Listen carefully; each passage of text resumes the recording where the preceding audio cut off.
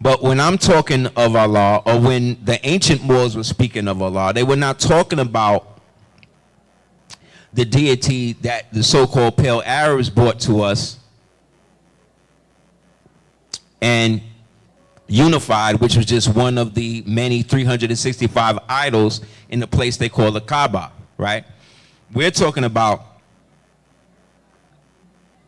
the highest aspect of self and has God, or how God manifests in man. But when I say man, I'm not talking about just men. I'm talking about the universal, the royal man, which is the woman and the man. Okay? So within that, we see that everything in the body is equidistant and has a similar reflection of something that is not seen. Okay?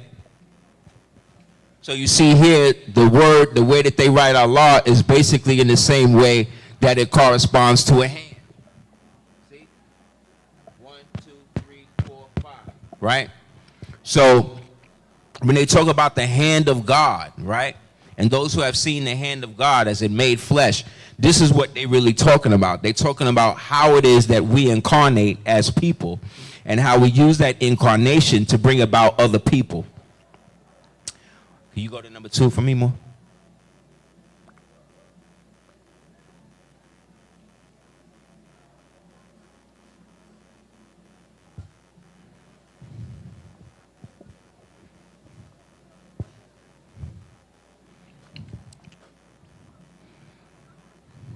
Everybody all right? Okay, great. See, so within that, we have what they call the etheric body. Anybody that was into the occult knew about or heard about a place in the village called the Church of the Sacred Mirror, right? And that was done by this dude, Alex Gray. And he used to do all of these paintings. He got real high off of peyote and ayahuasca and all of that, and went all the way up, and then came out and then did all of these fantastic oil paintings about the insides of everything. So we know that these things are referred to as chakras, right? And as chakras, they are basically energy centers within the body. However, these chakras is mainly 7, right? But it's 7 fold 7 fold 7 fold 7 fold 7. So you have chakras within those chakras, within those chakras, within those chakras. You understand? There's never a point where it stops being that. So you're not limited to just the 7, but the main 7 is correspondent to, again, the 7 ethers, the 7 sins, and all this other type of stuff. However, the main source of you, the actual real you, is not even physical. It's more something like this. You understand? So imagine yourself as this, right? And then all of this is your auric field around you. So if each one of us is representative of this, this means that this auric field that you are projecting out just by sitting there, just by listening to this, is actually reverberating and creating one large one that is encompassing the entire area. So that feeling of nostalgia and family and love and all of that we've had for these past 2 days, this is all the amplification of your positive energy. You understand? So this same energy is keeping people that's not here, outside of us, probably in a 7-mile area, alive, just by being positive. And you got to understand, we are constantly bombarded with the negative imagery in ourselves, of ourselves, constantly, all day, every day. So the element of you that can wake up with all of the stuff that you got to deal with in a day and still be happy and still be thankful and still be able to look at your loved ones and give love and give good advice and not steal and not rob and not try to kill and not try to hate on each other. You are keeping people alive, literally alive, that you don't even know. You don't even know them, but it's just your energy of such. You may be on your way to do something and you sow in your thing, and then you pass somebody and you smile at them and say, hey, you don't know what that did to that person. Some people live in isolation where it's just them. They don't have nobody to say anything positive to them. You understand? That's why we sometimes get so caught up in ourselves, we don't realize that it's the kindness of strangers that allows things to sometime germinate. You understand? So based on that, the filament so now inside of this, so this is this, now we've gone from this inside of this, now we're in here. I'm sorry, it was just here. Right? We're inside of this. Now we're going inside of this into this now. This is now where we all really live. When they talk about the outer space, right? They're talking about the space outside of yourself. So anything could be outer space. Just like, where do the skies start? You ever think about that? Does the sky start when I walk out and I look above the tree or above the building, or does the sky start from my feet up? You understand what I'm saying? Our ancestors would ponder things like this and write entire treaties on it that actually had different pathways that allowed the mind to open up and ponder things. We don't have time sometimes to actually sit down and gel with what we are thinking, because we are so bombarded with information with no wisdom behind it. We're constantly trying to keep up with the next thing, when what we really need to do is disconnect, right? And allow ourselves the ability to relish in the idea of not knowing. You understand? Sometimes you got to say, I don't know. You understand? But when you're a parent and when people respond and when people depend on you, you don't want to seem like you're dropping the ball.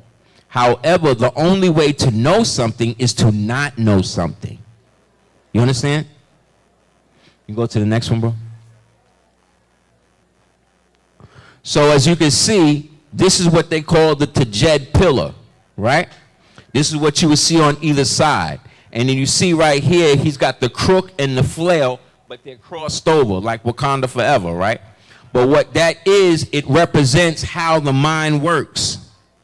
Because this side governs this side. This side governs that side. It's the opposite. Everything is the opposite on the internal. It's only dualistic when we come out here into the physical world. And the physical world is unforgiving, because the physical world does not ask for you to be here. It was here before you was here. It's going to be here after you was here. And it will be here when you here again. You understand? Because you can't get rid of a simulation. You understand? Like, you ever tell somebody a certain degree of knowledge and then y'all building on that, and then you find out years later, okay, this may be more to it than this. And then you try to tell that person, and that person's like, nah, this is just what it is. Those people are stuck where they are stuck with that. They haven't opened up enough to be able to see beyond their own choices. And that's what happens with us as individuals. We make a choice and we stick to it, right? However, the world and reality is more fluid than that. So within that, this is another representation or diagram of how the real world works. We exist right here, right? And then there's the higher aspect of over and under, but they're all simultaneously stacked on top of each other. So this is why when we get to this now, it all gets activated to both sides of the brain. So this aspect of the serpent, let's say Kundalini Shakti, is representing that aspect that is coming from the, let's say, top down. Then this one is coming from the bottom up, because you got the pineal organ here, and then you've got the orchic gland in between what's called your perineum. That's an organ as well. And they both loop up like an infinity symbol that's constantly manifesting and keeping everything flowing back and forth. We'll go to the next one, bro. Thank you.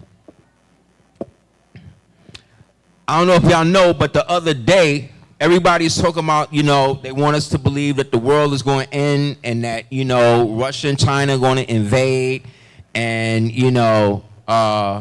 you know, everything that's horrible. Everything horrible is what they want us to focus more on.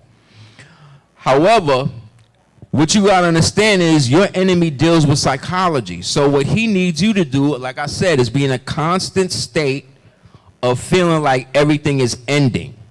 However, those of us that come from the Moors or to read Moor science or the Moor Circle 7 Quran, honest to the Prophet Abu Ali, he has a saying in the very beginning that says, time never was when man was not. If there ever was a time that time began, then surely there would be a time that time would end, right? What that is, or what he's saying, is that you have never not been who you are. You have just taken time, through time, to figure it out over a long, what you would perceive as a long period, which is really just a microsecond.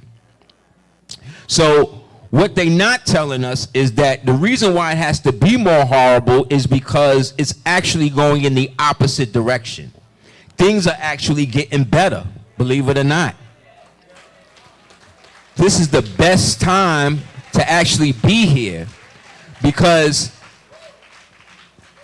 with all of the pollution and the chemtrails and all of the stuff that they doing, the Creator, or us as the creatrix, or whatever you want to say, collectively decided that we needed a change. So somehow, some way, Mount Erebus, right,